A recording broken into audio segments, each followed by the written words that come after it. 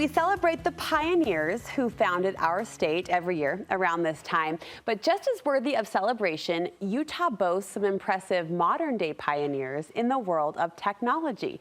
In today's Tech Check, Deseret News columnist Amy Iverson showcases some of those innovations we can really feel proud of. And I love that you did the digging and the research on this, because we hear Silicon Slopes, Utah's a tech giant. That proves to be true. It really is, and the more you research it, the more you see that that is true. We have so many huge companies that started here, and when the founders were pretty young. Very exciting. These are groundbreaking technologies that we can be proud of. The first Utah Tech Brag, as we're calling it, is something that you say people might not even recognize as tech. Yeah, this has happened to me recently where I've called, I rarely call, but I call because I need to know if I can get an appointment or whatever. No one answers, and then I get a text. Oh, sorry, we missed you. Hey, and it sounds like a person.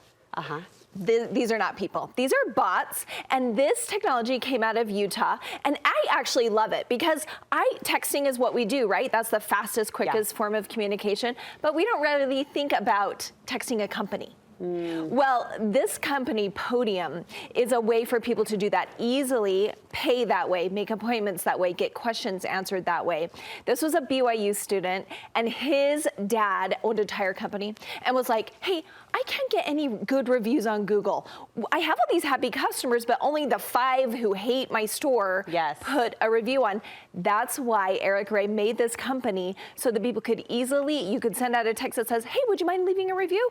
And you can just text it, and it's that quick. So a lot of these things that you see where they're answering your questions or saying, hey, sorry, we missed you. These texts that sound like humans, but they're really bots. It's called Podium, and it stems right here from you. You may have seen them on I-15. I have, and wondered what they're about. So that's what Podium is, and it really is genius for companies, but on the consumer aspect, that's how you're seeing it. What a fun backstory, too. You know who needs that? The medical industry. I'm sure there's some HIPAA stipulation preventing it, but I am in a constant game, I feel like, a phone tag with my OB/GYN.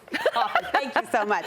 Please do. All right, next is a company that revolutionized the way we buy vision care. Yes, so 1-800-CONTACTS, we've all heard of them, right? They're the biggest online dealer for contacts.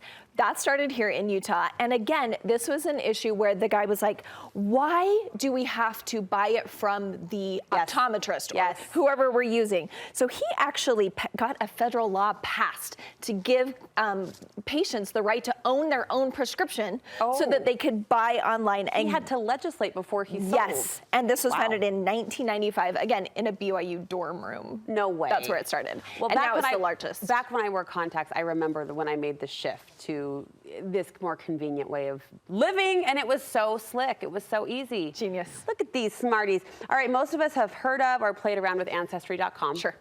Well, I think what people might be surprised at, and actually I didn't know this, I thought the Church of Jesus Christ of Latter-day Saints was kind of an owner of Ancestry. They're not.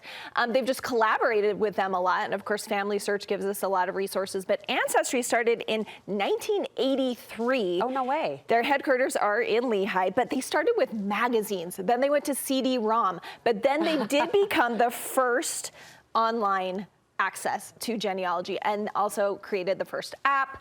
We know there's that TV show, Who Do You Think You Are? I love it so much. And so they are the largest, again, in the world, a global place that started here in Utah. You know what? I ran into a viewer last time I was in New York, 2 or 3 months ago, and that was they had 2 connections to Utah, Studio 5, which thank you, and then Ancestry.com. They talked about, they called it genealogy, whatever, and how grateful they are for the resources that are here in our state. So many people have become little home and genealogists. Yes. All right. Lastly, one our family is so grateful for: health monitoring for babies, Owlet.